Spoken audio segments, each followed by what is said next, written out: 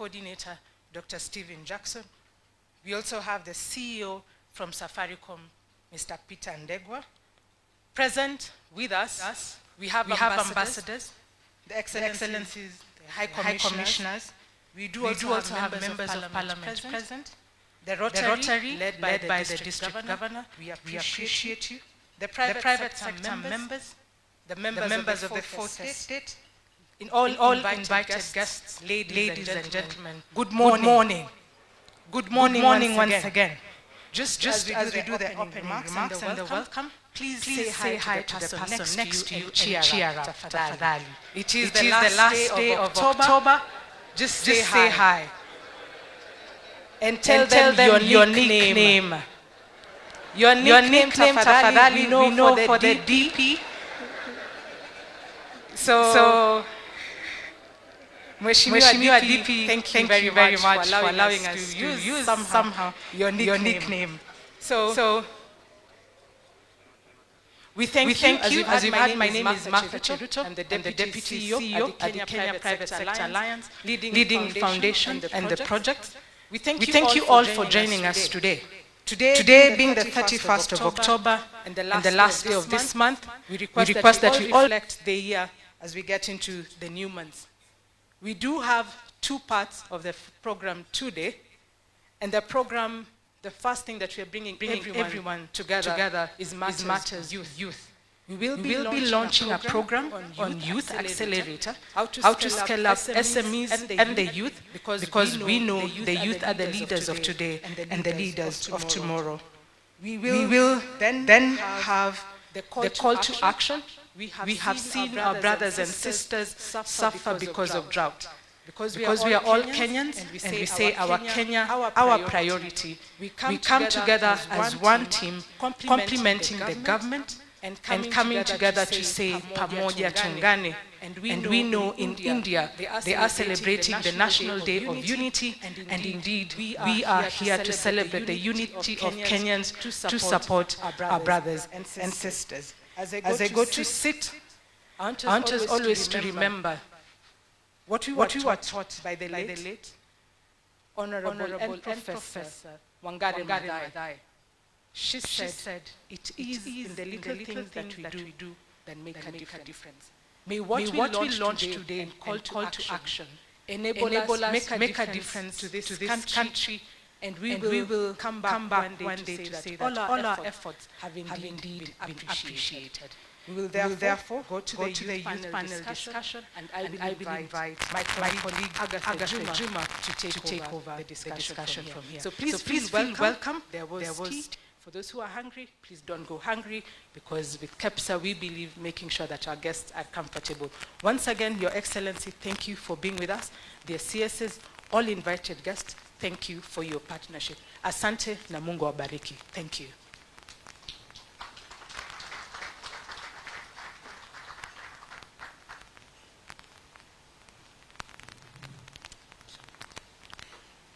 Your Excellency, Deputy President of the Republic of Kenya, Honorable Rigathi Gachagua, may I request, as we start the program, that we allow all the rest of the speakers to stand on the protocol that has been observed by Martha. Thank you very much. We were having a discussion recently, and somebody said that 75%, more than 75% of the population of Kenya is under 30. And looking around this room, I see many of the people representing 25%.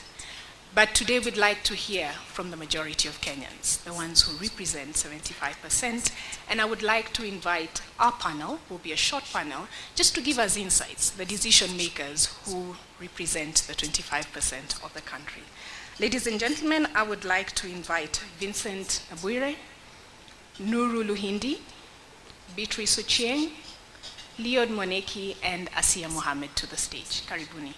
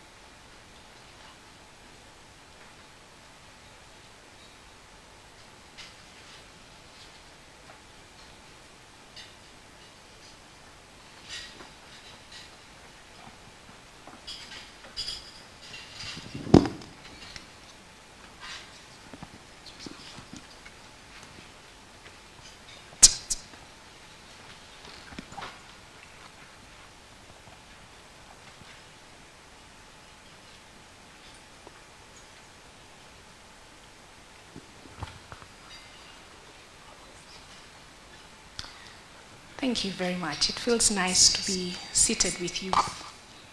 Thank you. Thank you. Vincent, will start with you. As one of the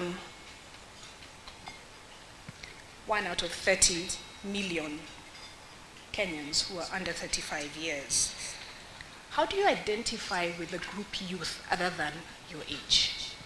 How else do you identify with them? Okay, thank you so much. Deputy President, all protocol observed, good morning. My name is Vincent Wabwire, as Agatha said.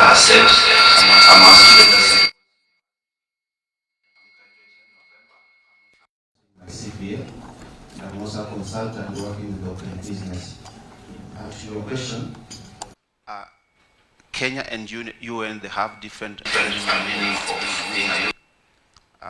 but as you've said, beside the age limit,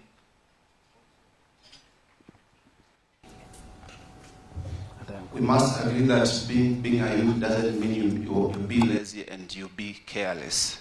It means you have the energy, you have all opportunities to build capacity, to take each and every opportunity that present itself, and also to create healthy relationships with people across the globe. From that, it means as a young person, you have all time to do what you can. You have the energy. You must be very active in matters governance, matters business. I mean, you have to be diverse, basically. That's what I would say, other than just being between the age of 18 to 34. Thank you. So I guess I'm youth because I am energetic. All those things he has said, I subscribe to them. Beatrice Karibu. Asante. Beatrice, you studied community health at Technical University of Mombasa. Yes, I did.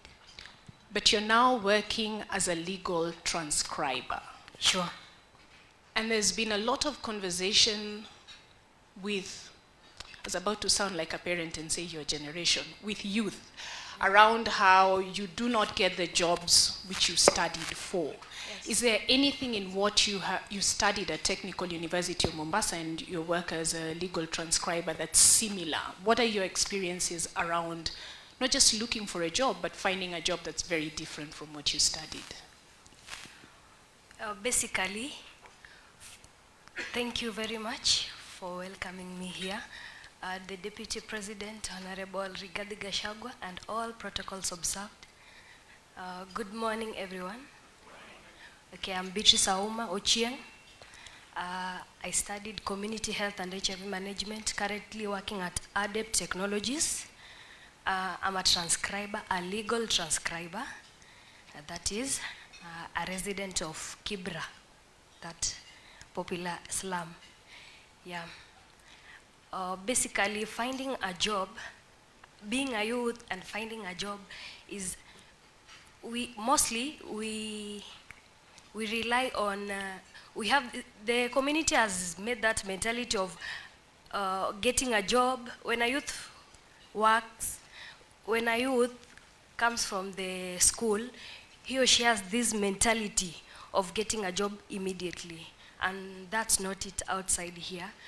Basically, what I do and what I did in school and what I do right now, they are similarly, but not that similarly, because mostly we are working on, right now I'm doing legal transcription, of which that is giving people justice, because what I transcribe will somehow, somewhere give someone justice, because we're in partnership with the judiciary. So I don't think they are similarly. Community health, I think, is far much different from what I did. But basically, I'd just say hard work and open-mindedness can take someone far, because one needs just to be open-minded. As a youth, you don't have to have that, we call it akili finyu in Kiswahili. That's being small-mindedness. You just have to be open-minded, because as a youth basically means change, future development. Yeah, that's basically it. future development, that brings me to Nuru. So Nuru, you're the founder of Little Innovators Academy, Little Innovators School. Is that just a fancy name for your school, or is there a story behind it? Thank you very much, Agatha, the Deputy President, dignitaries or protocols observed. Good morning. My name is Nuru Luhindi, and I'm very passionate about mentoring people and organizations to their maximum potential. This is what led to the birth of Little Innovator School in January 2014. As a school, we seek to empower youth to be entrepreneurs right from preschool. We instill the mentality of curiosity, the mentality of problem identification and problem solving. In 2018, I read the World Economic Forum report, which it's called the Future of Jobs report. 66% of primary school children will end up in careers that do not exist. In February 2019, Institute for the Future published their report through Dell Technologies, which says that 85% of careers beyond 2030 are yet to be invented. That was a shocking discovery for me as a school. I asked myself difficult questions. How am I going to prepare these learners for that future? What we do is we train children to solve problems in their community through application of artificial intelligence, robotics, mobile app development, virtual reality, 3D printing, and so on. So just to bring the point home, they make things like smart bins, they make things like automatic water level detectors. We want to show these children that even in grade 1, they can critically look at a simple problem in their surrounding and come up with a solution through the guidance of their teacher and actually create an innovation. So like the smart bin was an innovation for grade 1 to grade 3. So we want them to have the entrepreneurial mindset that early so that when they're graduating, they're not job seeking, but creating jobs. Thank you, Nuru.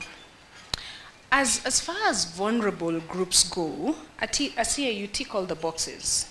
You're young, you're a woman, you're living with disability, you don't have a university degree, but you're not just another youth or another woman or another person living with disability. You play volleyball, you're on Kenya's wheelchair tennis team, and you're the first Kenyan to participate in para-rowing in the recently concluded Tokyo Olympics.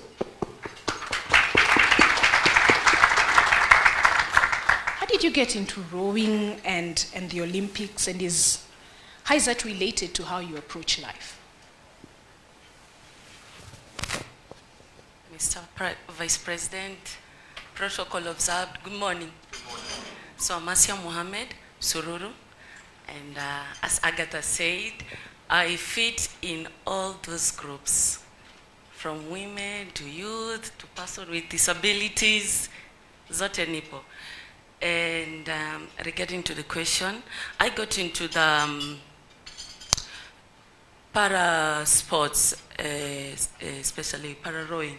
It was through call, and I was just coming from Netherlands playing wheelchair tennis, and they called if I can try rowing. So I said, why not? That's how I get to approach life. In any opportunity that comes to my way, I take hold of it very seriously. So when I heard this a game called rowing, I was like, why not? I went there, I tried. Apparently I get to capsize on my first day. Yeah, and I drank lots of salty water at a go, but there I realized I can do this. That's how I get to become first Kenyan female rower to participate in either Olympics or Paralympics. So it was through a call. And by then I had already know about what sport is because I've been into other para sports, and it wasn't difficult to. It was really difficult to go to the Tokyos because it is unpopular game, you know, and we are those unpopular athletes. People don't want to take risk to unpopular things that they don't know.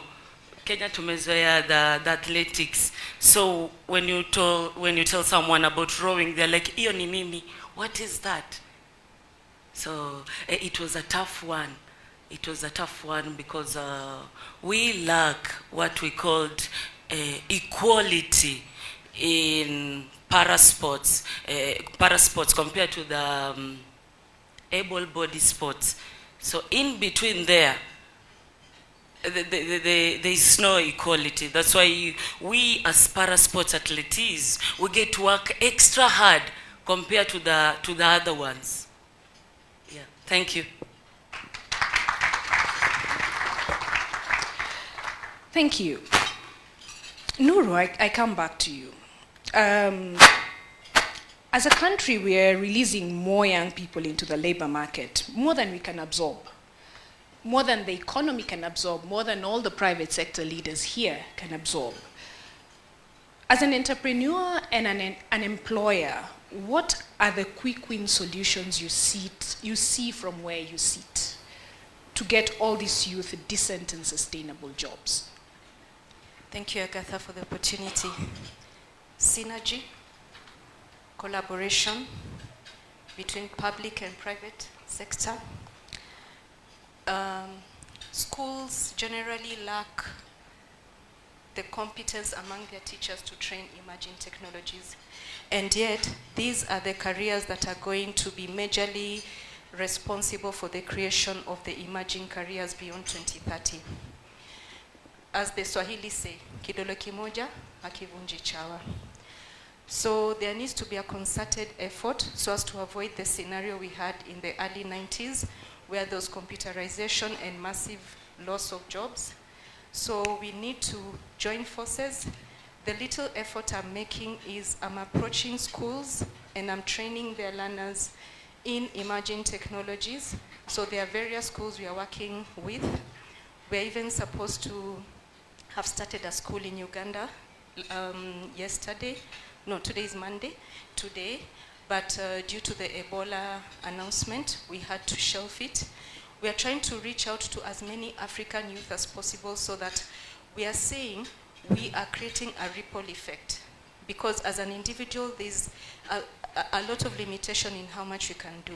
But if we can combine forces with government, public, private sector, and we are saying that we are enabling, especially the vulnerable youth in the informal settlements. They are the most disadvantaged. Because for us to train robotics, artificial intelligence, it requires money. So you can imagine a child in a public school can barely afford this. I know right now there's effort through the Code Risk program to train these children. However, that is just coding, which is just a very small percentage of emerging technologies. We want to teach these children techpreneurship. And as a techpreneur, you could be a doctor, a lawyer, an artist, a sociologist, but you're a techpreneur. You're learning how to harness emerging technologies in coming up with solutions to problems in the community. So that's what we need to do at whatever level we are. Let us support. If it's an organization, foundation, like I know Safaricom, Equity, etc., they are doing a marvelous job in sponsoring programs. So can more organizations come up? It should not be Serikali's idea. Let's work with the government and empower as many children in the grassroots as possible to be tech innovators and employment creators. Thank you. Leod, you sit in what many youth consider a privileged position. You went through school, you got a university degree, and then you got a job. But in addition to having a job, you have a business, you're an innovator. And you have partnered with other young people to lend your skills and experience, especially in the circular economy and sustainability, to work on an innovation that will change the face of street food in Kenya. What has that experience been for you and why? Well, thank you for the question. Leaders present, all protocols observed. My name is Liod Moneki. Thank you so much for the opportunity. So, like you've mentioned, I have 10 years ago, or rather in 2010, I finished my undergraduate program, and I was looking for a job, just like many young people, and it took me 2.5 years. So I got this wonderful opportunity that had been on the newspaper.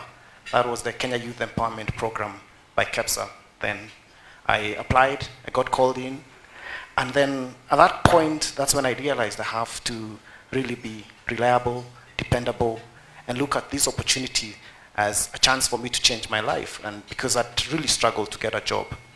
So at that point, the program was 6 months long, very lengthy, some aspects you don't like, but most of it, you knew the end goal was to get an opportunity.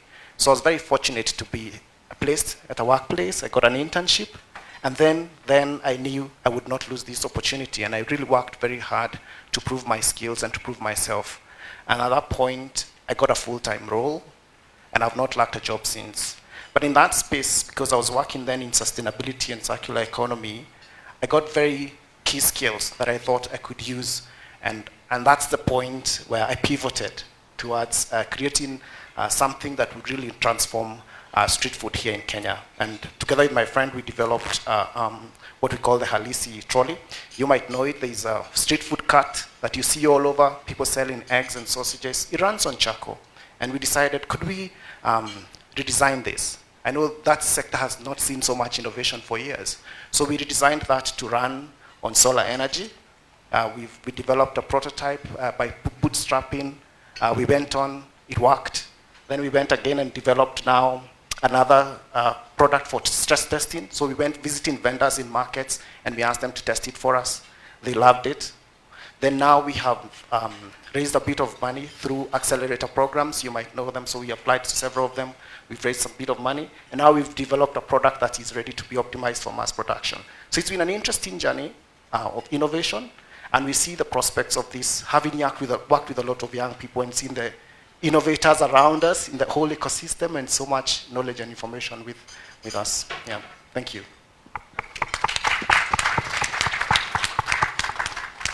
So Leod is not only my colleague at KEPSA, but he's a young man I really admire, and we've been having many conversations around his innovation.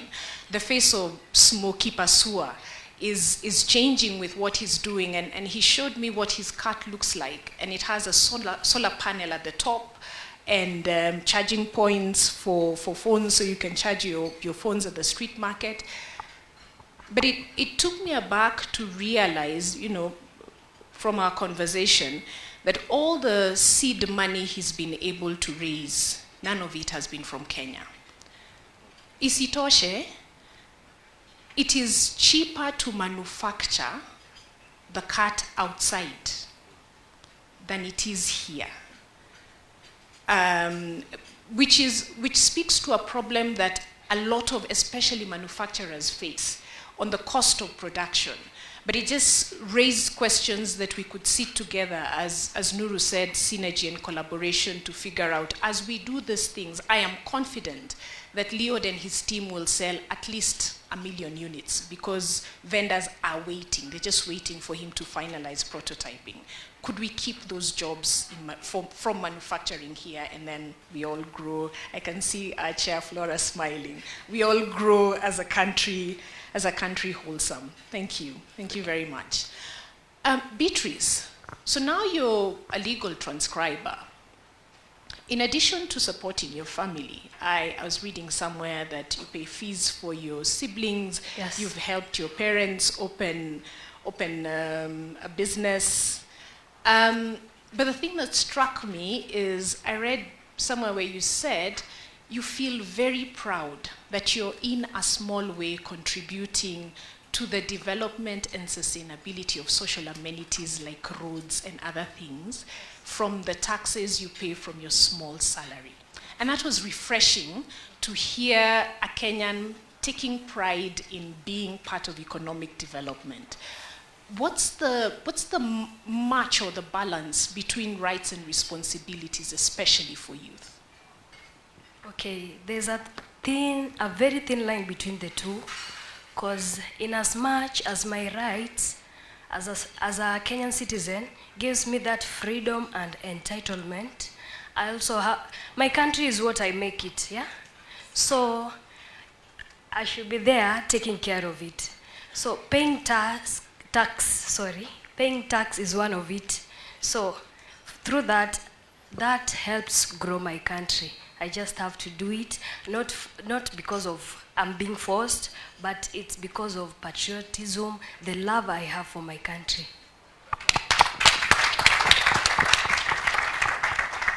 Thank you, Beatrice. Vincent, you're quoted saying, opportunities are never lost. They are always taken by people who are ready.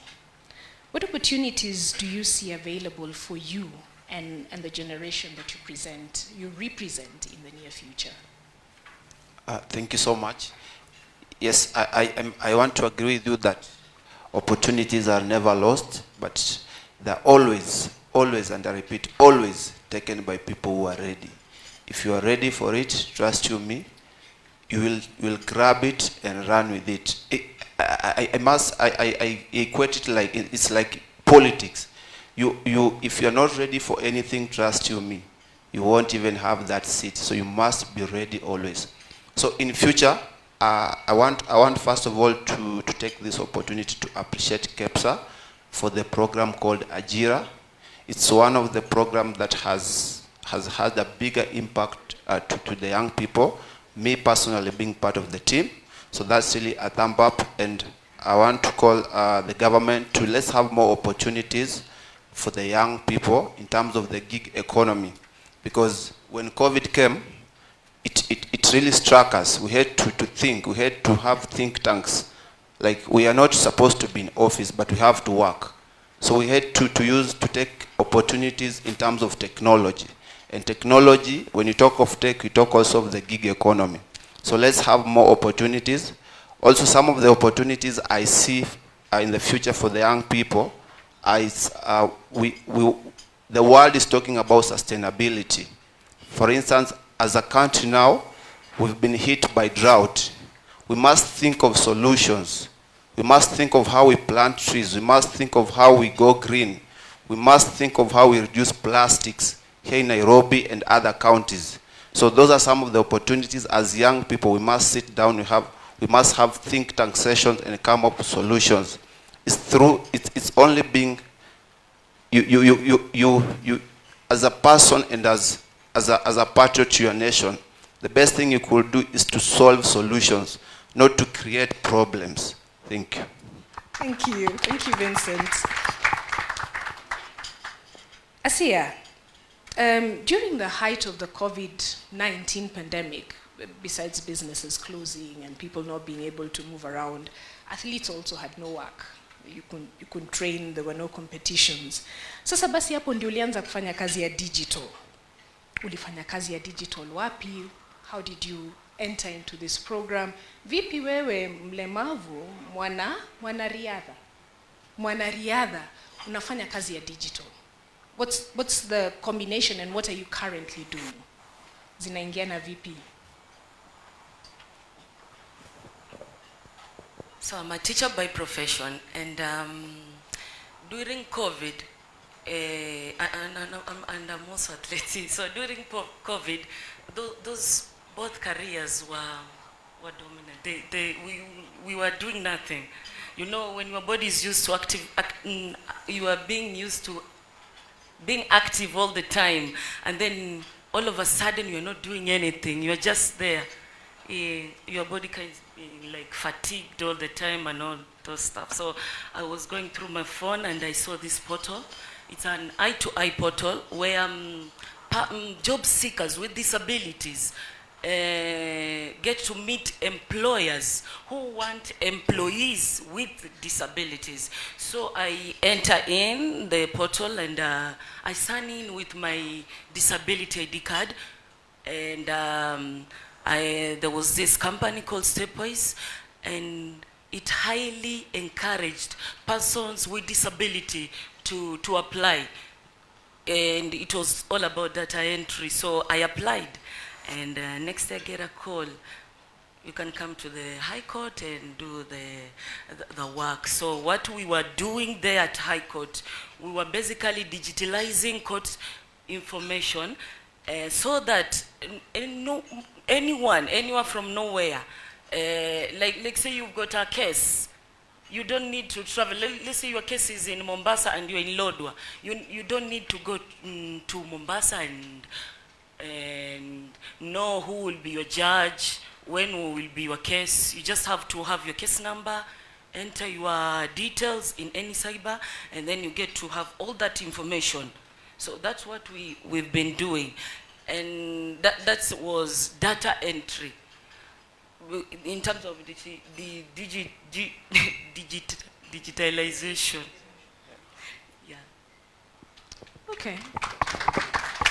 So Your Excellency, your government has provided opportunities for youth and continues to have scope to expand, to employ many more youth, especially people with disability. I remember interacting with quite a number of young people with disability and saying, mbona msituone hivi, akili bado iko contact, iko intact. Kwa hivyo mtupe kazi, sio lazima mtuone kazi tunaweza kufanya. And Stepwise is one of the organizations that has benefited from the Ajira digital program. They have done a lot of work and employed a lot of youth, and beyond the program, then they have skills that give them opportunities for decent and sustainable livelihoods. I'd like to ask a question to George Washuri, who's perhaps one of the biggest supporters of the Ajira digital program. The youth that you got from this program who have done different things within your organization, he is the CEO of Optiven, and this is not the opportunity to sell broti. But what has your experience getting youth who are digitally savvy and who are ready to work, just the opportunities have not been available? Wow, I would say that all protocols observed. Thank you to see the Deputy President coming for this event for Kenya Youth Employment and Entrepreneurship Accelerator program. And I remember the first time we started was very exciting, and Optiven we were able to pick about 30, which we mentored. And what I've discovered is that these young people, they were very energetic, they were easy to train, and we were able to train them, and especially on the area of digital. That's the first time we hired from the team, we hired our digital manager, who is also pushed by KEPSA, and he is here, Bonnie. He was our mentee.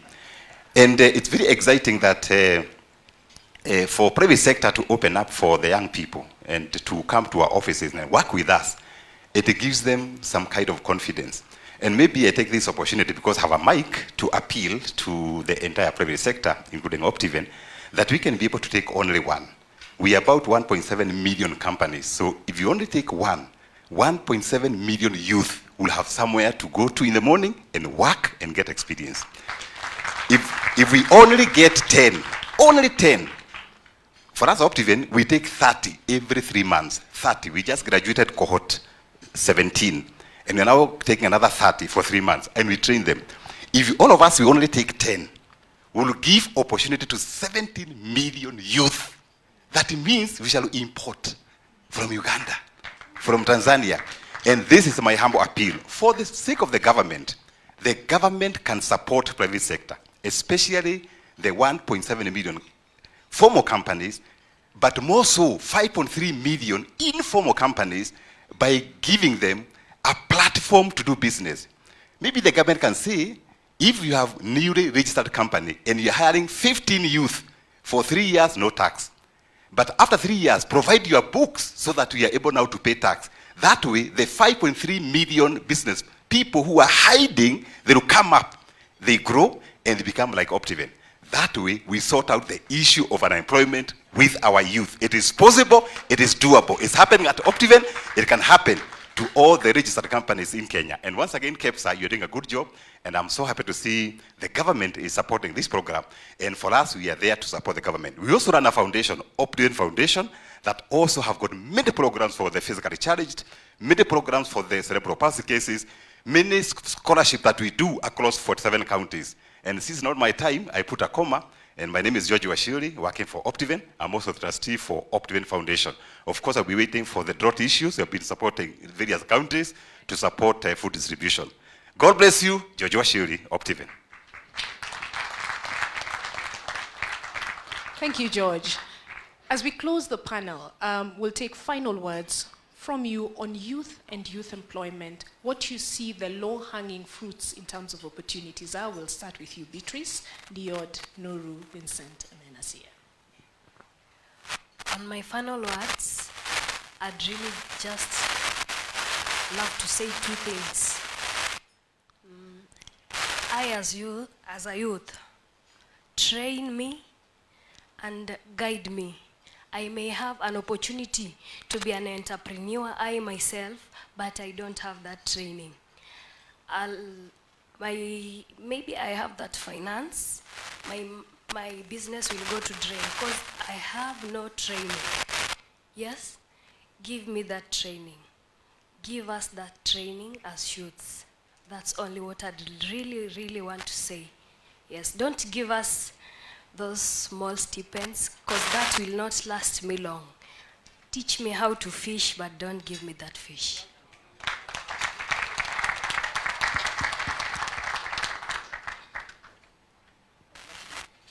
Sorry, I would like to use the same words that were used by Mr. Washiri, to encourage businesses, especially those in the room, is to give young people an opportunity.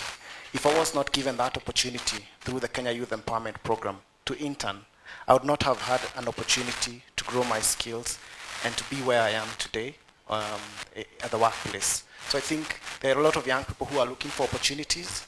Some of them are very skilled. Some of them have the capacity. Them how to write good CVs, but just don't judge them from that. Give someone an opportunity to come and prove themselves, and then you'll have changed lives. Thank you.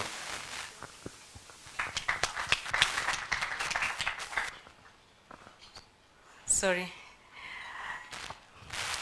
Alone, I'll go far, but together, we'll go further. And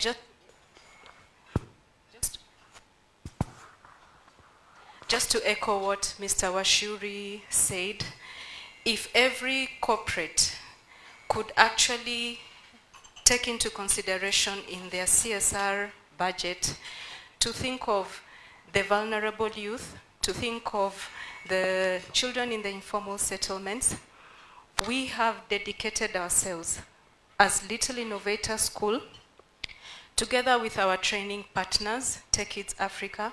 We are also trying to partner with so many organizations in Kenya to build capacity. We are ready to thrust ourselves in the field and make sure that African youth are enabled to be employment creators, not just for Kenya, but for Africa and the entire world. We envision Africa to be a tech hub and first world in tech innovations by 2030. Thank you.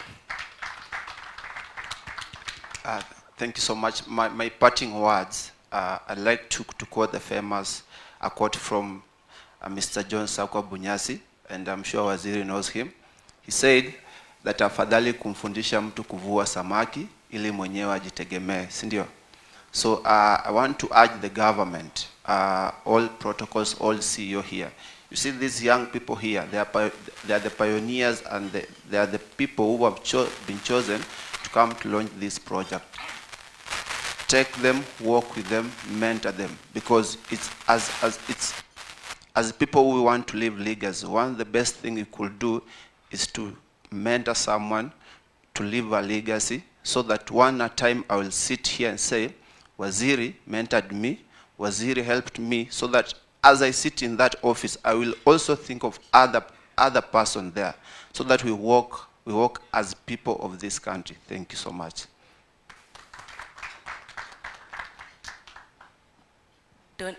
I don't have quotes, any quotes, but I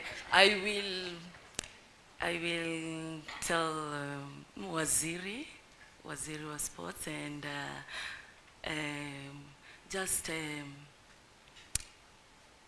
take a look in the para sports. We are really struggling there in all disciplines, and things are not looking good for us. As you know, hii ni club ambayo anyone can join anytime, anyhow. So for the future, upcoming athletes, we need your support in there. And for Mr. Vice President, we really need you to look also upon us in terms of jobs opportunity. You know, we've got so many women, persons living with disabilities, and youth. We are all not, we may not all be good in education, but we've got other things that we can do better, and especially in my community, kazi tunaweza. Tunaweza sana. With you pamoja, vitu zitakuwa sawa. Asanteni. Thank you very much. Ladies and gentlemen, another round of applause for Beatrice, Leod, Nuru, Vincent, and Asia.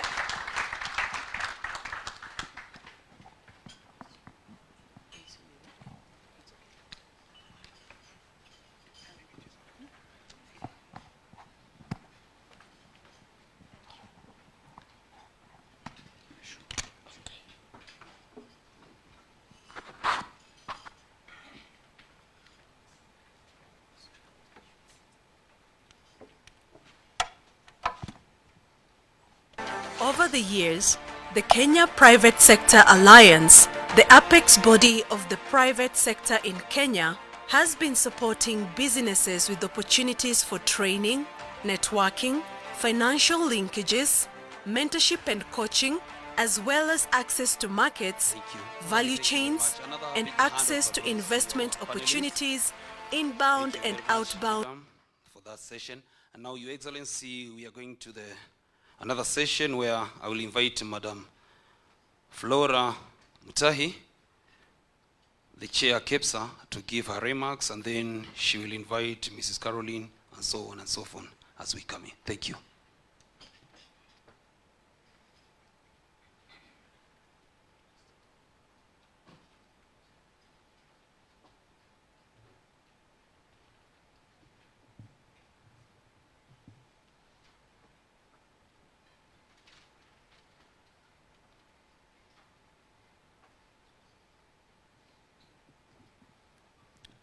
You can see youth don't use podiums, but we tend to be asked to use them.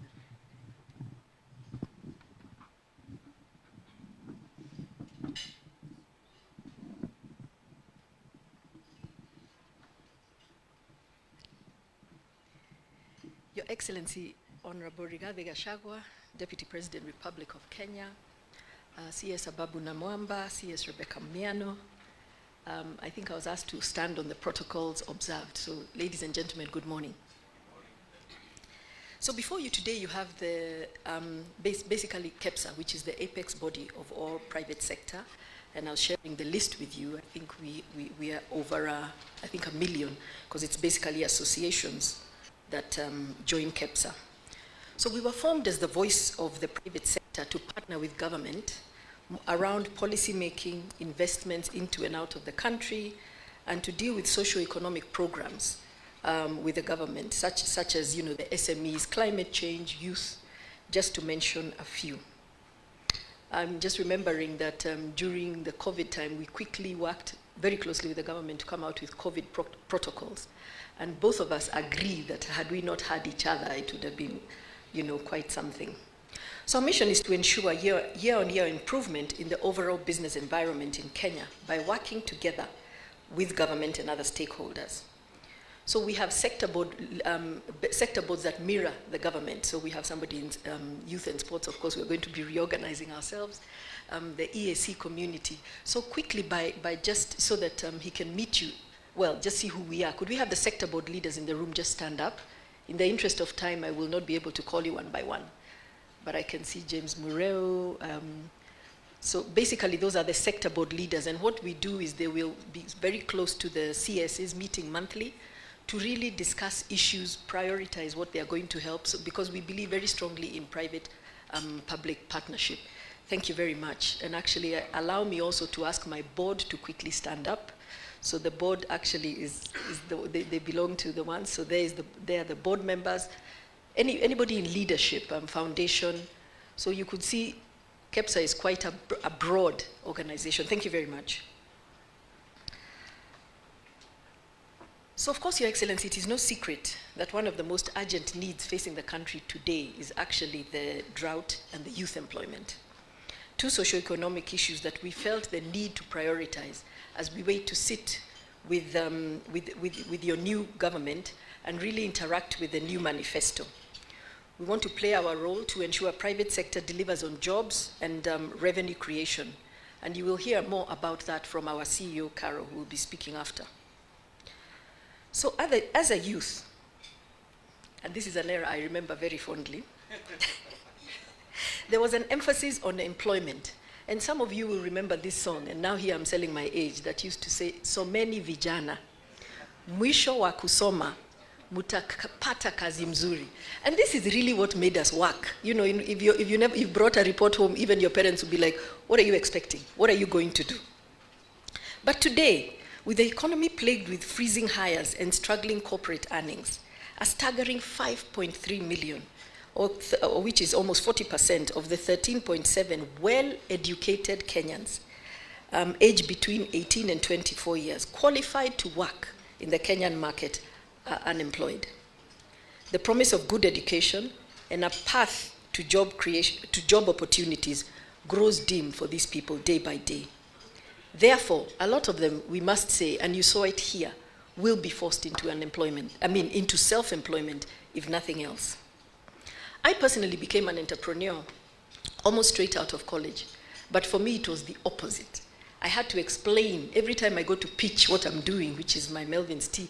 They would say, can we give you a job? What is the problem? Did you fail in school? And now the table has turned completely. So the good news is today, though, entrepreneurship has become the norm. It is celebrated. It is not something that we shun like we were doing during my days. Therefore, it is of paramount importance and our duty to support entrepreneurs to navigate the field of unemployment towards a quick scaling up of their businesses, to scale up on the global stage. We do not want to have so many entrepreneurs that remain completely here. And you heard them saying some are below the threshold. They want to hide and remain small. So for Kenya to deliver on the 2030 goal, to become a middle-income country by 2030, which is something we said, the goal not only requires uninterrupted growth of 10% per year, but it also demands that citizens have globally competitive skills. So again, it is our duty to make sure that these people have globally competitive skills if we really want to meet our goal. They are young, we saw them, they are rearing to go. They're saying, just give us the opportunity, just give us the skills. Maybe we didn't get them when we were in school, maybe there's a mismatch, and of course we know there's a huge mismatch because between what is coming out of the schools and what we're expecting in our industries. And to the appeal that is being made here, this is why we are saying as industry, let us pick them up so that we can help reskill them and make them industry ready. But I also believe in the tech side, they could be the ones teaching us. So while I pointed out the realities of the challenge, let me turn now to the latent opportunity. If we effectively manage this youth bulge, we could become one of Africa's drivers of economic growth, delivering significant democratic benefits. At KEPSA, we've been at the forefront in ensuring we put together mechanisms that provide job opportunities and equipping our youth. And just to mention some opportunities, you've heard them here today. Since 2011, we started this Kenya Youth Empowerment Project, funded by World Bank. We trained over 20,000 youth on life skills, entrepreneurship, and core business skills. We connected 13,000 of them with the internship opportunities with the private sector, surpassing the targets and showcasing the value of a private-public sector partnership. The project engaged over 3,000 master craftsmen, which we shall call SMEs, in Nairobi, Mombasa, Kisumu, to train the apprentices, and the project had a success rate of 80%, linking youth and employment opportunities. We also ran the Ajira program, which you heard them talk about, which targets the youth with skills, access to digital and digitally enabled jobs. The project has seen over 80,000 people linked to work opportunities, and like you heard, we are actually training them and then giving them opportunities. You've heard them, they're digitizing the judiciary, which is something that is really going to help fast-track the cases. We recently met Sakaja, governor of Nairobi, and we said we have youth ready to help you train. And he was very appreciative, of course, because he showed us rooms and rooms full of a lot of data, a lot of paper. And this is what these people are doing. And incidentally, as they're doing this, we are even giving them a stipend of, I think, something around 20,000 shillings. So it's a program we've worked and we know really works, and it's a win-win for everybody. So, Your Excellency, we've taken all our learnings since 2011 on the youth employment and expanded the strategy to a 5-year and developed an accelerator program, which is what you will be launching today. So we've taken every single learning over the years, and as we target to deliver 1 million jobs every single year for the next 5 years. And you've heard commitment coming, and I think Kara will share with you the firm commitments that we've already gotten.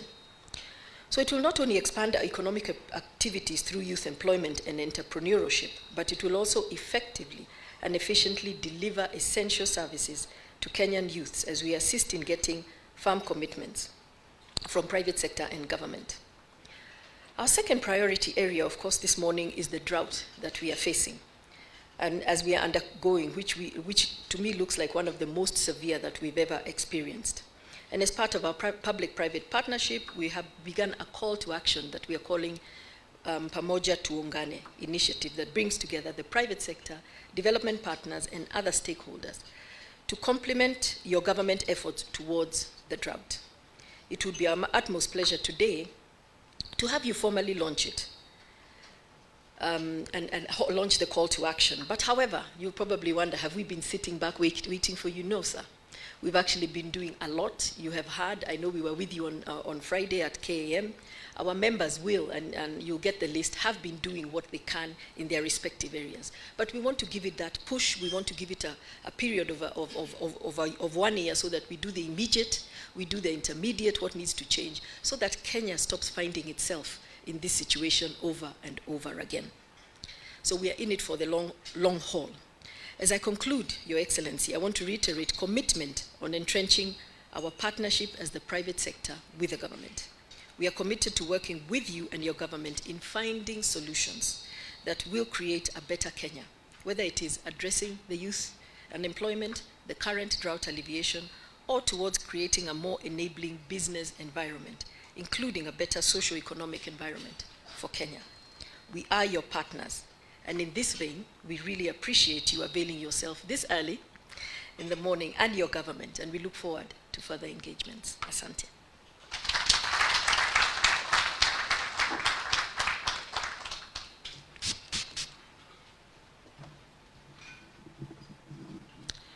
Thank you very much, Flora. I'd like to now invite Caro Karaoke to give us more information on the program, and then invite the Deputy President to launch it thereafter. Good morning. Good morning. I hope you've had some breakfast, have you? I know you're talking about drought, but please don't feel shy to at least have a cup of tea, even so that at least maybe your pockets will be a little warmer later to give something small. But the Deputy President, Your Excellency, the Deputy President of Kenya, Mr. Rigathi Gachagua, the ministers present, the PSAs, the development partners, the private sector leaders, Rotary, and all the partners in this program, the youth who are here today. This is your day, especially the youth. A lot of us can start talking about, in our days as the youth, and we can give you some still advice about what you need to do with your current today. But this is your world, and this is your day. But before I say a little bit about this program, let me say a little bit about KEPSA. And because we have new people in the room, we have a new administration, and I don't qualify to be part of the youth because this is my 5th administration to work with. It's since 2005, so I can tell you everything about each administration and what we've achieved and what we've carried forward to the next administration. And so I'm really, really privileged to work with the different administrations. And also because the more things change, the more they remain the same. For the CS Ababu Namwamba, we worked with him in the 2nd administration, the coalition government. He's back, and so it's good to have him back. And I know many others who are back and will continue to work with them. As my chair introduced KEPSA, it's true we bring the local and the foreign business associations, chamber of commerces, professional bodies, corporates from all multinational companies, medium, small sizes, SMEs, startups, from all the sectors of the economy, and so that we can speak in one voice. So when we sit here, our world, Karibu Dr. Manu, this is the oldest and the founder of KEPSA. He's 94 years old and does not give up to come every morning and be part of us and contribute a lot. And you'll see what the Chandaria Foundation has been doing with us. And so as I was saying, and for us, our work as KEPSA is to bring everyone and have the different associations focus on their mandate, but on the areas that are cross-cutting, whether it's infrastructure, whether it's youth, whether it's drought, climate change, and such. Then we come together and speak in one voice and agree on what to do together. And also, of course, the socioeconomic programs, as we've talked about, the youth, the SMEs, and all others. You can see some of our member associations there, but we also host what we call the International Chamber of Commerce, which facilitates linkages between Kenya businesses and other global counterparts. And this gives us a reach and a partnership with over 45 million businesses around the world. And so when you engage with us, we're able to talk to many other businesses around the world through ICC. As I talked about this being a 5th administration, it's because KEPSA is non-aligned, it's non-political, so members may support whichever side, but as an organization, we remain non-aligned, non-political. We're the UN of the private sector. And I can see my UN counterpart here. And so that's how we work with all the very structured engagements. So we start at the base, and you saw some of our sector board leaders who are here present. Usually they're about 18 to 20, depending on how the government is organized within the ministries. And that's where we start our conversations. You know, all the policy discussions, all these programs and projects that we're talking about. And then we have the roundtables. And they've been created over time. We do have selected with state agencies, KRA, of course, the AG, CBK, immigration, just the needs that we need to work together with the private sector. And these are quarterly and all that. And then we do have the National Assembly, which we call the Speakers Roundtable, because that's where all these discussions we're talking about laws are made, the budget. Speakers and Senate Roundtable. And mentioning Senate, we do have, I think, 2 senators who've joined us from the arid areas. Maybe I could ask them just to stand and wave for them wherever they are. I don't know, there were supposed to be 3, but we have 2. That's from Embu. I think we have another one, maybe from Machakos there, who joined us this morning as we discussed this conversation around that. So we do meet with them, and we'll be going back to them and saying what policies must we do in those counties to make sure this perennial issue does not continue. We also have the Chief Justice Forum. And one of the things that I must say, when we met with the Kenya Kwanza team during the electioneering period, and our president today, leading the team, we shared what we called the Private Sector Economic Manifesto. And one of the areas we shared that time was the judiciary budget. And to see that that has been effected so early in the administration, we are very, very grateful.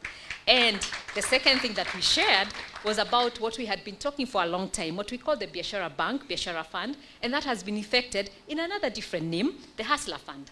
And so we're looking forward to that. And so what we've done is merge the two, our economic manifesto, and then now the new administration manifesto that has made government, and we have one. And so we're looking forward now to engaging at the presidential roundtable and say, now how do we continue to implement each of those things together? And so, dear Deputy President, as you go back and meet the President, so we're looking forward, at least in the next 2 weeks, to have our first forum, now that the cabinet is in place, And now we look at all those areas and see how we partner the next 5 years and engage. And so our climax is the roundtable with the president. After we've engaged with all the others, development partners, we do the same. And regional forums at EABC, East African Business Council, we're the focal point as KEPSA of the East African Business Council. And each country in the region has a focal point, which is the umbrella body of the business in that country. So we'll learn more about KEPSA for those who are new as we go along. But today we are speaking a lot about the youth. So let me say a little bit, just to add where my chair Flora has stopped on, in terms of some of the programs we've done. I won't go into the details. They are right there from the Kenya Youth Empowerment Program. But I'll stop there and say something on why we took the youth agenda. In 2007, when we had the elections, and the disputed elections, and we had the post-election violence, when we sat down as the leadership of KEPSA then, we looked and said, how did it go so bad? And we realized one of the constituents that was very involved in the violence was the youth. And we said, as a responsible private sector, we cannot just wait for government to do everything about the youth. We have to take up the challenge. We have to play a role on the socio-economic agenda. And that's when we went out and said, who can we start working with? And we started working. World Bank was starting the Kazi kwa Vijana program, and we said we're going to take one component. And if I may say so myself, it became the only component that was successful. And the rest were cancelled along the way. And so that gave us the encouragement to do more in the youth. That was the Kenya Youth Empowerment we implemented with the World Bank and the Ministry of the Youth then. And then we went on and started taking another one with the Danish, the business sector program support. And you can see the number of the jobs that were created in each of these programs that I won't go into the details of. We worked with the Ministry of Trade with that. Then we did Switch Africa Green with the UNDP. And then we started the Ajira program. The first pilot was with Rockefeller and the Ministry of ICT. And we realized we could create a lot of jobs. And that's when we said, can we expand the Ajira program? And over 1.9 million jobs has been created over the period that we have done the Ajira program. And it's about 2-3 years. And that's what has given us encouragement that if actually we combine all these things that we have learned in these different programs, we can do a bigger one and bring more partners and more commitments. We also did the e-commerce program with Trademark East Africa. And I think one of the youth mentioned, once we went into COVID, people couldn't go to work. And the challenge was work from home. And what were these young people going to do? And we thought, some of them were busy selling their produce, it's more or services out there, and now they can't go. And we thought, can we help them use platforms, the e-commerce platforms? Many would use Twitter and Facebook, and we told them that's not e-commerce. There's actually e-commerce platforms where you can do your business. And so we did this, and we trained about over 2,600 SMEs. And a lot of these SMEs, of course, are young people, and 1,800 have increased their monthly sales by 40%.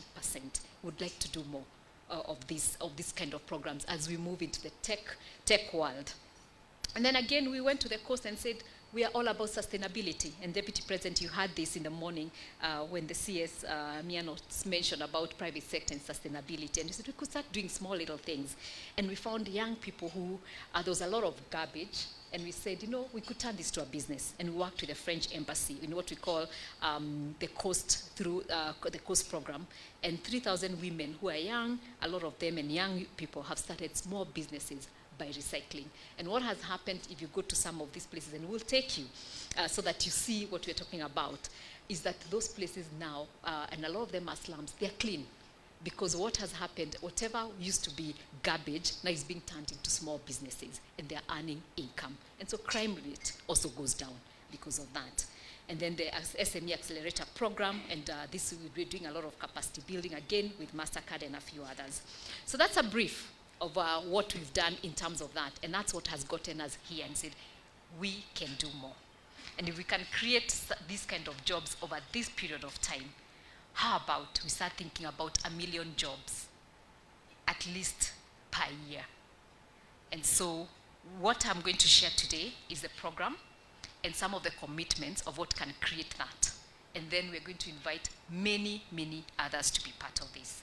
And the idea of the Kenya Youth Employment and Entrepreneurship Program is to unlock the potential of the SMEs, which are mostly young people, through tailored support services that allow them to grow and create jobs for young people. leverage on technology and digital transformation to scale the businesses, work with the TVET ecosystem to bridge the gap between industry and training, transform the youth labor market by contributing evidence and data that is relevant in addressing policy bottlenecks that impede accelerated job creation in the private and public sector. And then target group is the youth, young women, persons living with disability, refugees, and I should have mentioned also with Ajira, we've already reached out to the refugee camps, and we're doing a lot of training and getting them to do jobs. Because what we realize also, there's some who leave those refugee camps and now end up in crime because they don't have opportunities and they have left the refugee camp. So we've also gone in there with the Ajira program. And so this will also include the refugees and those in low resource resetting amongst other groups. So there will be 3 components. The first component will be small enterprise acceleration and support scaling, at least as we start the first year, support scaling up of 200,000 small enterprises to attract finance, access markets, coaching and mentorship across the country. The initiatives will be establishment of county business hubs. We'll be doing constituency hubs with Ajira. Now we want to move to the bigger counties, County Youth Innovation and Entrepreneurship Awards, annual county business competitiveness. And this we hope to create at least 510,000 jobs. And these are just not numbers we're throwing out there. It's because we have real commitments. And those are some of the committed organizations that we'll be working with. Chandaria Foundation, Nairobi Stock Exchange, Corporate Council on Africa, Axeli Africa, Africa Management Institute, Safaricom, KPLC, WEF, Unilever, Rafaj, Diageo. And I'm inviting everyone else in this room and not in this room to be part of this. Market-oriented skills development, skill KEPSAs, we have what we call the Nawiri Youth Placement Program that seeks to provide internships. We heard about Optiven and what they're doing and the call to everyone else. Apprenticeship, work readiness, mentorship and job linkages to graduates of TVET and universities.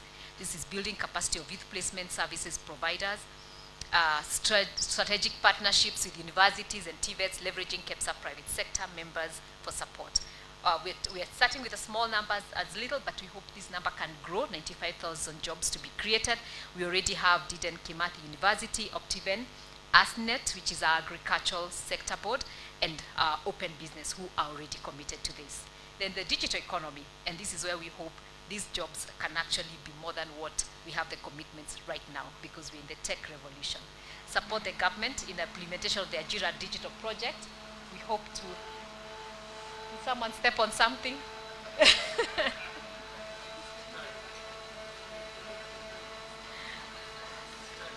I know I'm being told to finish because I think it is timed. And digital, the Ajira program, and this is catalyze the digital work. And so some of the commitments we have for this one right now is the Association of Countywide Hubs, Safaricom, ABSA, Bookings Africa, Wawizi, World Food Program, Sitalek, Google, Africa 118, Tactitive Consulting. Those are the programs that, thank you. Those are the people who are committed right now. But there's so many others in this room and not in this room that we are hoping, so that we not only do 1 million. This is our target with the commitments. I think we can do 2 million if everyone participates. So those are the partners that have committed, so you can see them, hold them in accountable with us. And then these are some of the beneficiaries of the programs that we have run, especially Ajira, the COVID recovery program, you can see the Dadaab Express Shop, as I talked about the refugees and what we are doing with them, and others. So those are some of the ones that are just ongoing right now, and that's what we want to expand and make it big and ensure the young people as optimistic as these ones who sat here because they are part of this program. Asante sana. And now it's my pleasure to invite the CS of Youth, Mr. Babu Namwamba, who will give his remarks and invite the Deputy President.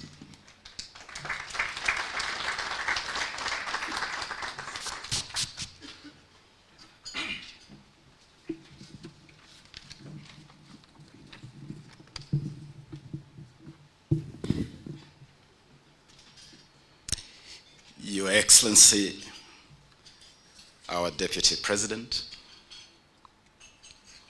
my colleague CS Rebecca, and other government officials here with us, the leadership of KEPSA, Flora, Carol, and the captains of industry, all protocols observed, good morning.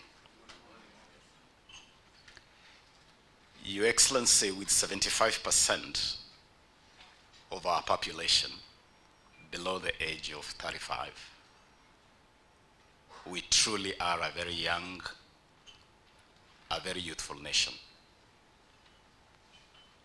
It is a demographic profile or demographic reality that offers us opportunity to reap what we call demographic dividends.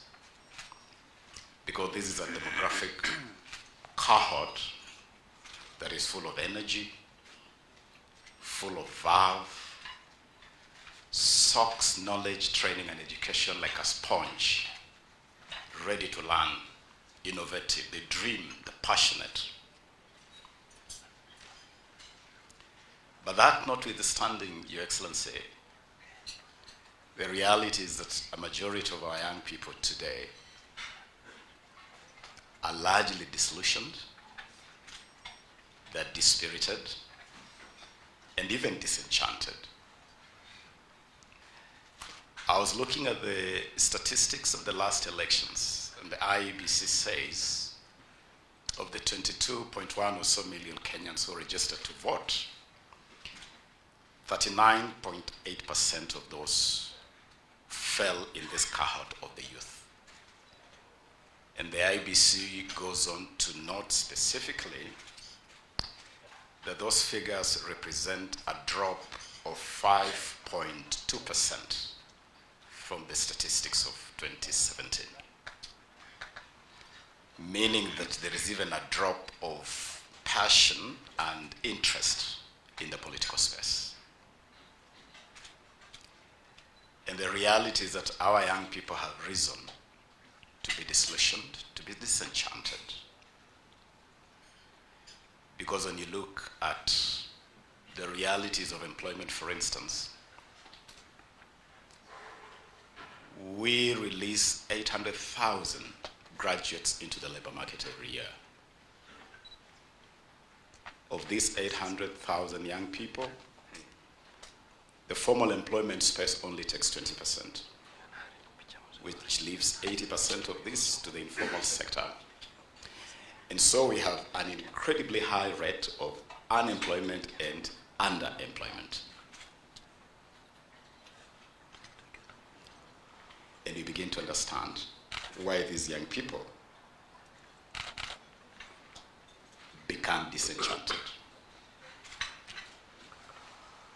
But the truth and the saving grace is that this particular government, the government of Kenya Kwanza, has a window of opportunity. And the window of opportunity is that these young people have faith in this government.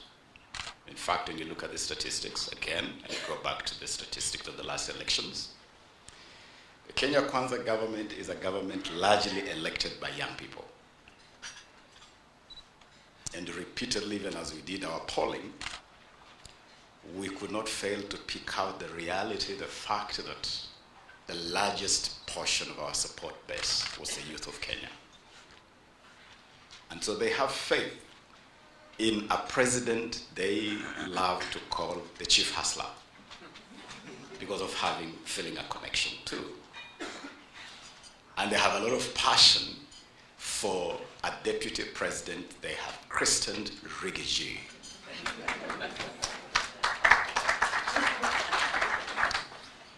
These are not just names that our young people have ascribed to their president and their deputy president. For me, they are statements of faith.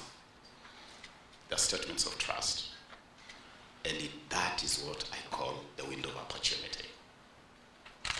To mine and to harvest this faith, this trust that the young people have placed in this government. I have the privilege of having been given the responsibility by His Excellency the President and the Deputy President to manage the corner of government that has been characterized as the Ministry of Youth Affairs, Sports and the Arts.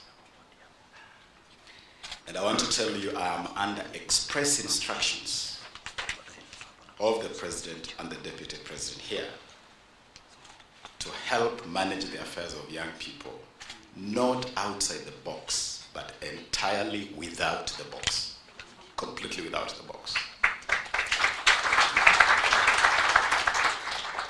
His Excellency the Deputy President was reminding me just a moment ago, you have to do it completely differently. And I'll do it, sir, completely differently, because that is what our young people expect. They expect a completely different mindset and a completely different approach. I was listening very keenly as the panel of young people here spoke to us. And I was particularly struck by the words of Beatrice. A young lady told us she's from Kibra. And in her concluding remarks, Beatrice tells us they do not want tokenism. They don't want handouts. They don't want parochial approaches. They want substance. They want sustainability. They want continuity. And that is why I have so much faith with the program we are launching here today. Going beyond the parochial, going beyond tokenism. And so when you heard His Excellency the President say, no kazi mtaani, it is about moving away from tokenism and moving towards substance and sustainability. The President said these words incidentally while launching the affordable housing program in Kibra, where Beatrice lives. And I know that we will indeed replace tokenism with substance and sustainability. Because if you're talking sustainable programs, then you're thinking, if you have an affordable housing program, it is not just about young people doing ile kazi ya mkono, but you're saying if there's going to be physical planning, then we want young physical planners to be on the table. If you have the work of architectural designs of the whole program, you want young architects at the table. You want young plumbers, electricians, and young people with technical skills to be part of this program. That is moving beyond tokenism. And so, I want to commit that this ministry, in the overall architecture of government, will be available to work with KEPSA and this whole private sector space to drive this program.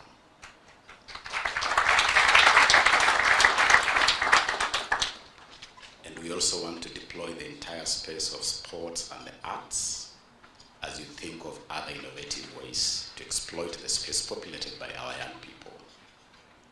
We want to work with Peter here at Safaricom to see how the Skiza platform can be a platform to unleash the potential of our young artists.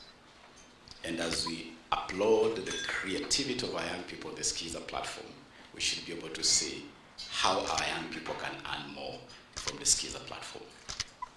We want to engage the Communications Authority of Kenya to see how they can collect more from media platforms where the creativity of our young people is played out, how that can be transformed, can be turned into sustainable revenue and income for our artists. We want the sporting industry to be a real industry where we manufacture and we put into the market a lot of the sporting equipment that our young people use out there to brand our country.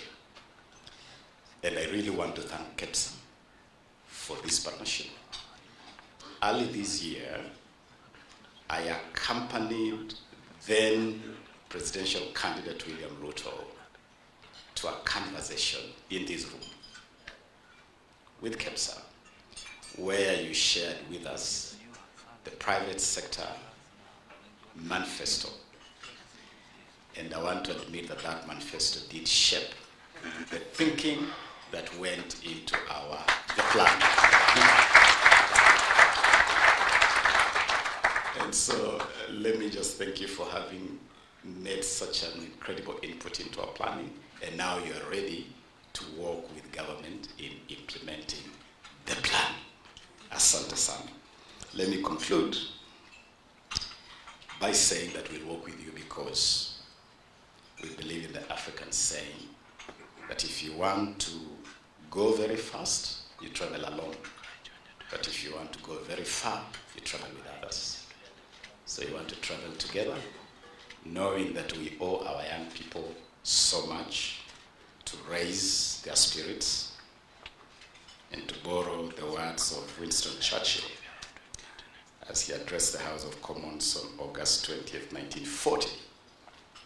Never in the history of a nation has so much been owed by so few to so many. The few of us who are in leadership owe so much to the young people of this country. Ladies and gentlemen, can we all now be upstanding, as it is now my singular honor and duty to welcome His Excellency, the Deputy President of the Republic of Kenya, Honorable Rigathi Gachagua, Rigi G to our young people, to address you and launch the Kenya Youth Employment and Entrepreneurship Accelerator Program. Thank you, Your Excellency. Karibu sana.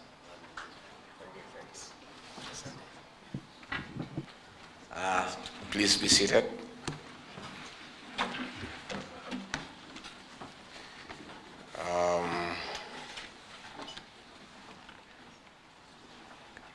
Cabinet Secretaries present, captains of industry, business leaders, distinguished guests, ladies and gentlemen, good morning. Good morning. We're happy to be here. I had organized my thoughts around the two functions, but on reaching here, I found that we need to do one and then the other, so I'll try to reorganize quickly my thoughts. And I don't want to be long because this youth thing is bubbling. They are raring to go. They are impatient. They want us to get moving. And you have seen when the CEO was speaking, the machine to launch the program went on so that we can move. That is how urgent the matter is. I feel greatly honored to be part of this auspicious occasion, Youth Employment and Entrepreneurship Accelerator Initiative, launched today. I commend the management and board of KEPSA for their effort towards youth employment and entrepreneurship, as is a key initiative to promoting socio-economic growth and transformation. KEPSA has been keen on SME accelerator programs, which supports SMEs in quickly increasing the value of their businesses by undertaking intensive training and mentorship to bolster their current strategies, accelerate their growth, and help them pivot or adjust their strategy due to new information about their target markets. According to the Kenya National Bureau of Statistics, approximately 800,000 young Kenyans enter the labor market every year. However, the country's years of strong economic growth have created jobs, but at a rate that is too low to absorb the rapidly growing population. Ladies and gentlemen, youth unemployment in Kenya is estimated at 8.9%, with an estimated 1 million young people getting into the labor market every year from our academic institutions. However, the economy has not matched the supply in generation of new jobs. Experts have warned us of the youth time bomb occasioned by the jobless youth bulge. In fact, 75% of Kenya's population is below the age of 35 years. This population is a big blessing to this nation. We must plan well and invest in our youth to reap our demographic dividend ahead of Kenya's Vision 2030 and Africa Union's Agenda 2063. We note with appreciation that the Kenya Youth Employment and Entrepreneurship Program is an innovative and comprehensive job creation initiative with an overall goal of creating 1 million employment and entrepreneurship opportunities for youth in Kenya. Moreover, this initiative seeks to unlock the potential of small and medium enterprises through tailored support services that allow them to grow and create jobs for the young people. I'm informed that this program will leverage technology and digital transformation. This is by scaling the businesses through catalytic interventions like promotion of business process, outsourcing as a way of enhancing efficiency, by digitalization of services to accelerate access to markets regionally and globally. We keenly play into ensuing digital evolution across the world. Kenya cannot afford to be left behind, since we have one of the fastest internet connectivity and penetration in Africa. What we do with the internet connectivity will make the difference.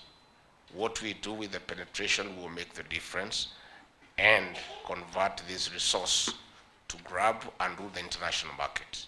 But we must also have cutting-edge products and services. This is why we are also emphasizing market-oriented, demand-driven skills. I urge KEPSA to closely work with the TVET institutions to bridge the gap between training and industry.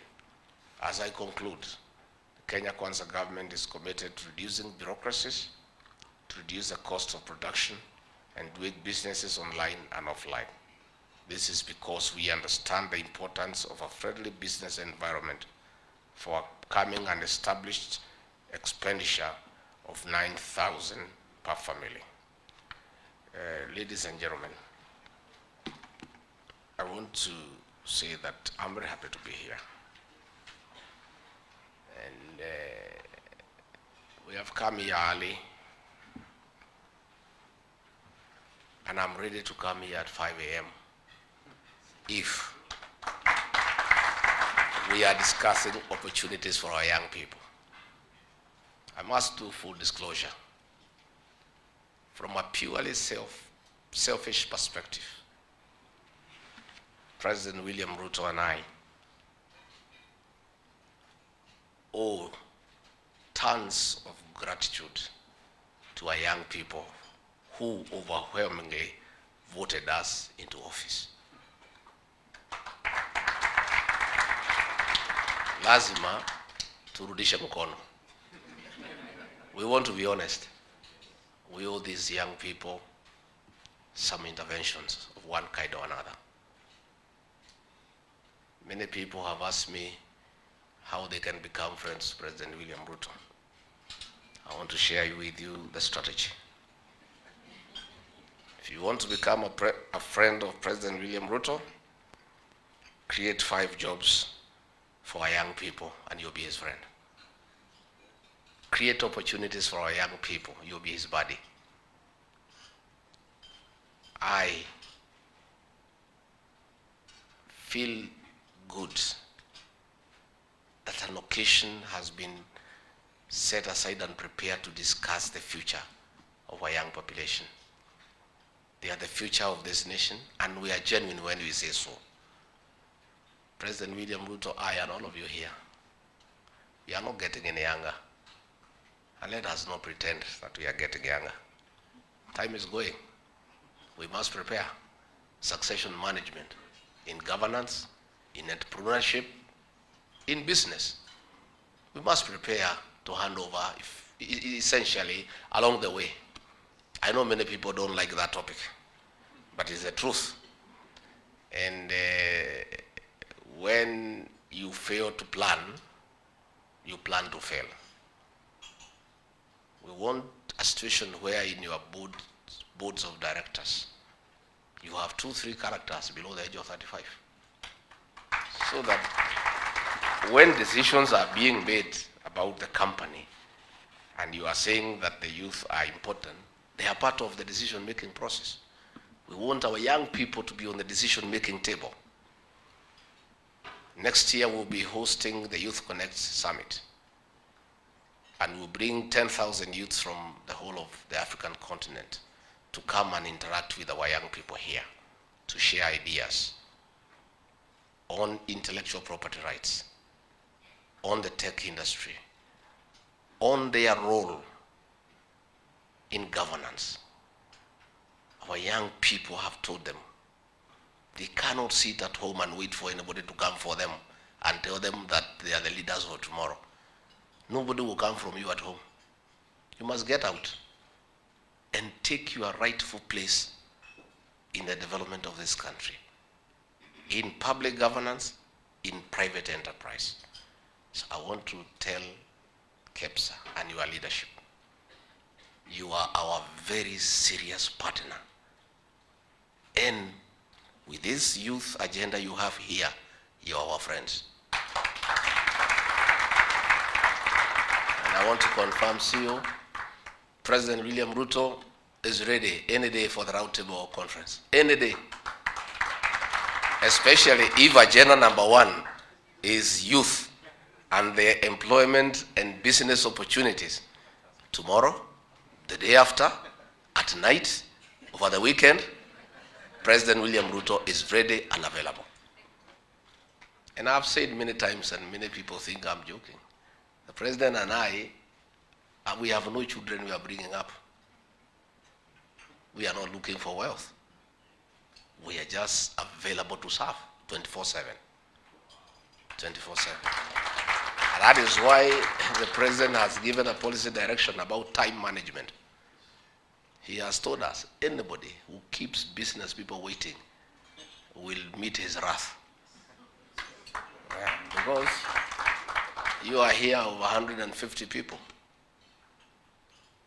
If we waste your time here 30 minutes, 1 hour, the loss to the economy is unquantifiable. And we are just one person. So why do you want to keep 200 people waiting? You think you are so important? Whom the hell do you think you are?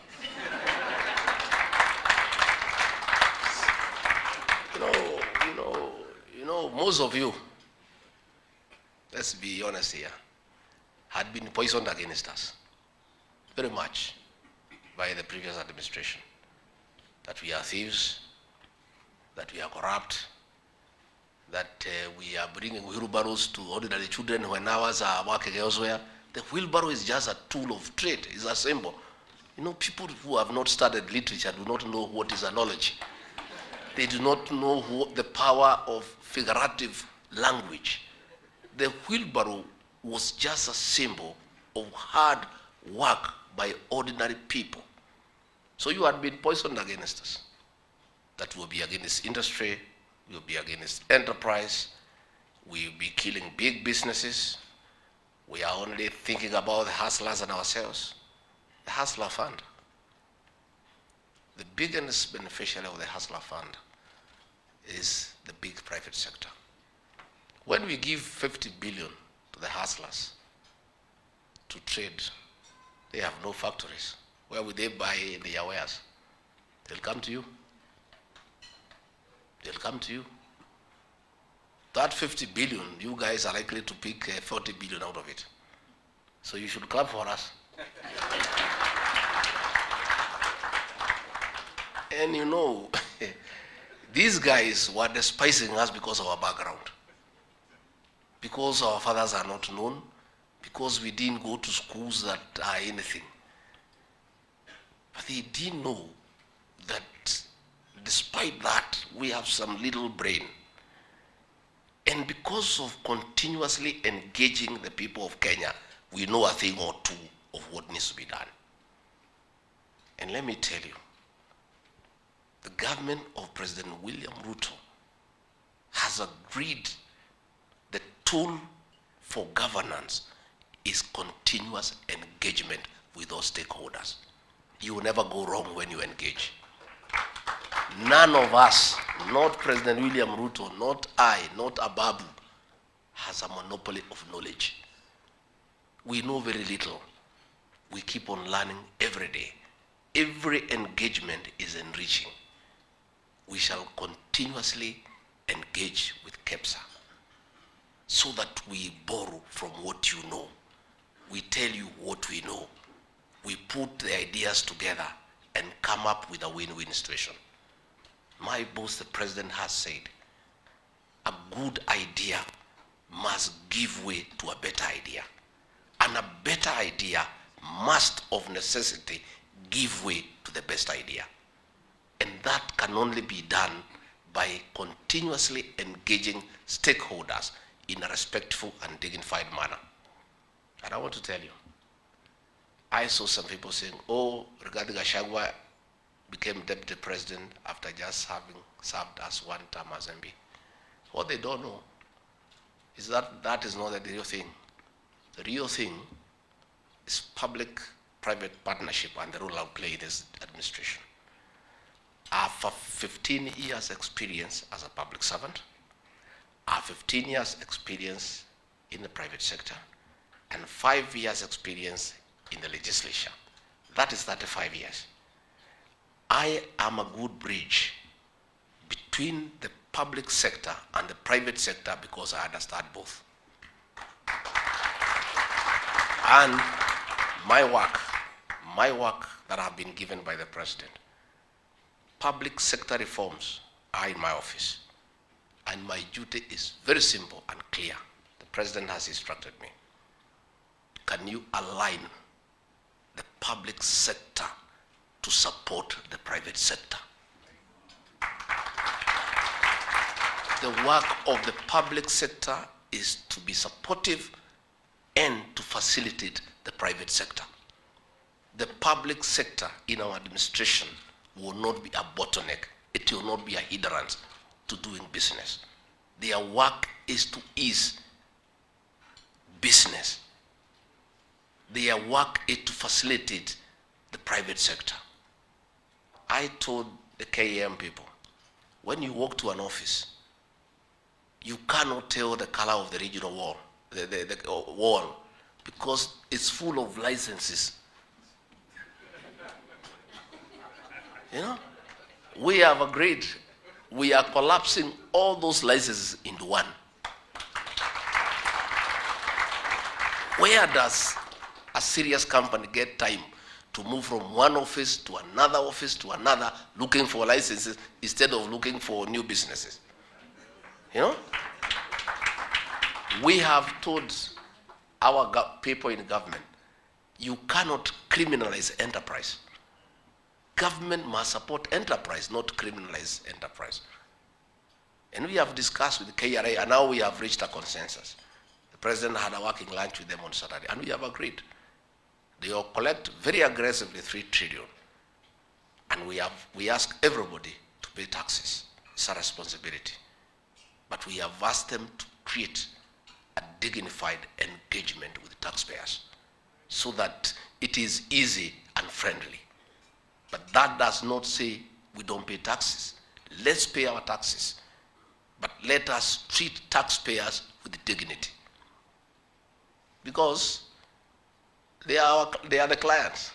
And the client is the most important person in any engagement. So that has been worked on. I urge all Kenyans to pay their taxes on time, appropriately, and we have asked KRA to devise a friendly tax regime on how to engage the taxpayers, because we need that money to provide services. But in a nutshell, the policy of the Ruto administration is less and less government in people's lives and more services to the people of Kenya. That is the policy. So I want to say, our young people, Waziri Abab, we must get nearer to these youths. And you can see they are looking for us. Why they called me Rigji is because they want me to be nearer them. They feel more comfortable. And I've started. When I was invited to Kisumu for the music festival, my plane was full of young legislators below 35. When I went to Rwanda, I went there with 14 young members of the National Assembly. Because by staying nearer these young people, you get to know their thinking, you get to know their fears, you get to appreciate their capacity, you get to know how to engage with them. And I have asked our CS, Ababu, you must do things differently. The Ministry of Youth cannot just be about just appearing when there is a youth event. Reach out to KEPSA. You know, and I'm telling you, this great guy called Ababu, he is all yours. Engage him. Yeah, he's all yours. In waziri, anywhere, ukisikia vijana wanaweza saidika, you arrive 1 hour before the people arrive. Because we have a problem. I spoke in Kasarani and people thought I'm mischievous. That I'm speaking so truthfully in front of visitors. But this truth needed to be said. We have 6 young million people without jobs. That is the truth. And it must be said. How do you confront challenges unless you first say there is a challenge? When you go to a doctor, the first thing, he assesses and decides what is the problem. Then he diagnoses how to deal with it. But if you pretend there is no problem, how do you deal with that? Something you pretend does not exist. I want to tell our young people, the Ruto administration is so focused on your issues. You wouldn't know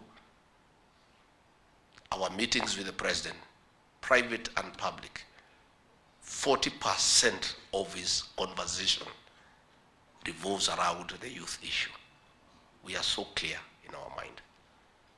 So for our private sector, please, we have agreed that the way to go and to develop this country is PPP.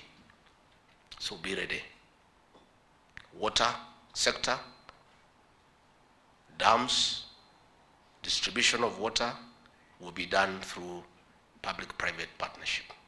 So you people be ready. And we'll continue to engage with you continuously. And we are receptive people. And we are humble, we are not arrogant. We will allow you to tell us what you need to tell us.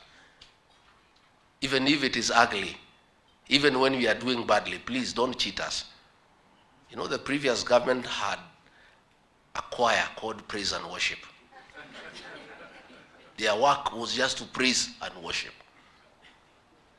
We have dismantled that choir in government, as we want the truth. When we engage in that round table conference, CEO, please look at the president on the face and tell him, here you are off the mark. Here you are doing the right thing. Here you can change, and you'll take it positively. The only praise and worship team we want to come across is on Sunday in our churches, and we'll be quite happy. But in these other engagements, please don't come to praise us, to tell us how wonderful we are. Oh, nyinyi nini hatutaki. Sababu ni uongo. Just tell us the truth. Where we are doing well, encourage us to continue doing well. Where we are doing badly, please tell us off. And I encourage the opposition, the people we defeated, please take up your role. Mtukosoe na mtuambie vizuri. Hapa hapana, hapa muko sawa, hapa munaanguka, hapa you are too lazy. This one improve here, and we shall take it positively, provided it's constructive criticism. Let us not develop the culture of praise and worship in a country, because the country will sink. Let us be truthful. Let us tell the leadership the truth of what people are saying, what the situation is like. And that is why when we came in, we removed the subsidy on fuel, because it was not sustainable. It was a lie. Subsidizing unga was a lie. It cannot go on for long. We are spending 8 billion shillings in a month. How can you sustain that? And you have seen through interventions, the price of unga has started coming down. Gas, Kameko, the one with 1,600 now, is below 1,000. edible oils coming down, because the interventions are practical and long-lasting. But you cannot run a country on a lie, on deceit, and tell people you are subsidizing consumption. You cannot subsidize consumption. You want to subsidize production so that effectively the consumers can get the benefit. We want to run an open government that will be truthful to the people of Kenya. And where there are challenges, we will tell the people of Kenya their challenges. So the private sector fraternity, please, we are your friends. You are our serious partners. We are available on short notice. We are willing to engage candidly and truthfully to build this country. The future of this country is in supporting, facilitating the private sector to work around this economy. And we don't want to cheat ourselves that we have a very good situation. We are down, but we'll be up by being truthful, by engaging in a candid manner, and by allowing anybody in this country who has a contribution to make that contribution. So please don't leave this country to we, as the political class. You are part of this country. You have a role to play. This is your country. We have no other country to go to. Let's build this country together. And I'm sure if we put our efforts together in a positive and a candid manner, we'll make some progress somehow along the way. So for our youths, work hard and stay focused. Stay focused. And you have people to hold your hands. I saw the young people speaking here. I felt good that they have hope. And they are asking, please don't give us handouts. Don't give us fish. Give us a net and show us how to use it.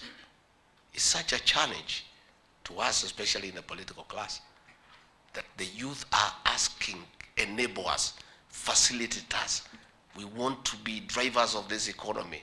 We want to be active participants. We want to be given a chance.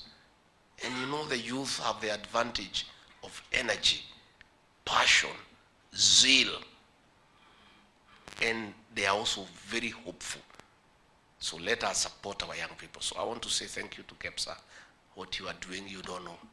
You don't know how I feel about it. You don't know how the president feels about it.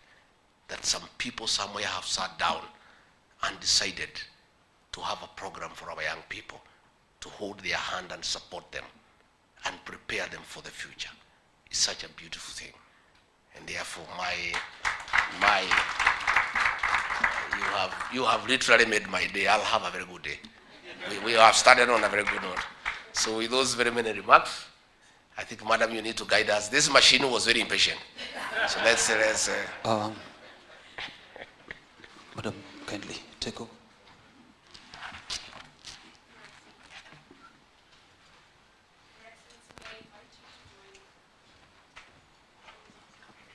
Your Excellency, may I invite you to formally launch the program with the KEPSA CEO, KEPSA Chairman, CS Ababu Namwamba, and Deputy Chairman of KEPSA, Jaswinda Bedi.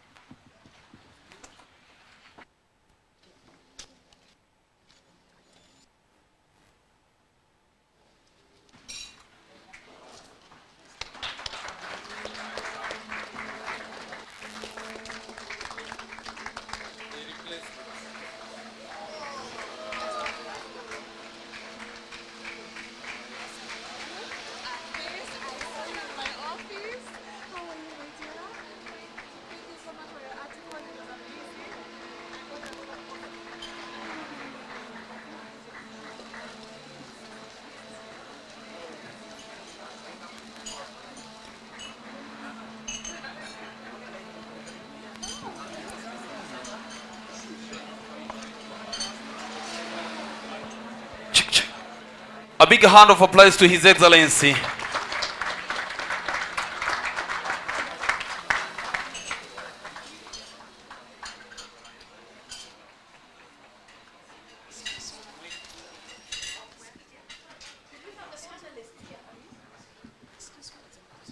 The panelists are here. We have them here for His Excellency will join them to take a picture after that. So that's why we wanted it to be very quick and short. I think they're explaining because of the lady with disability, we joined them on that side. Yes, he could. Maybe one or two of the youth could just join us. Maybe one or two. You can go.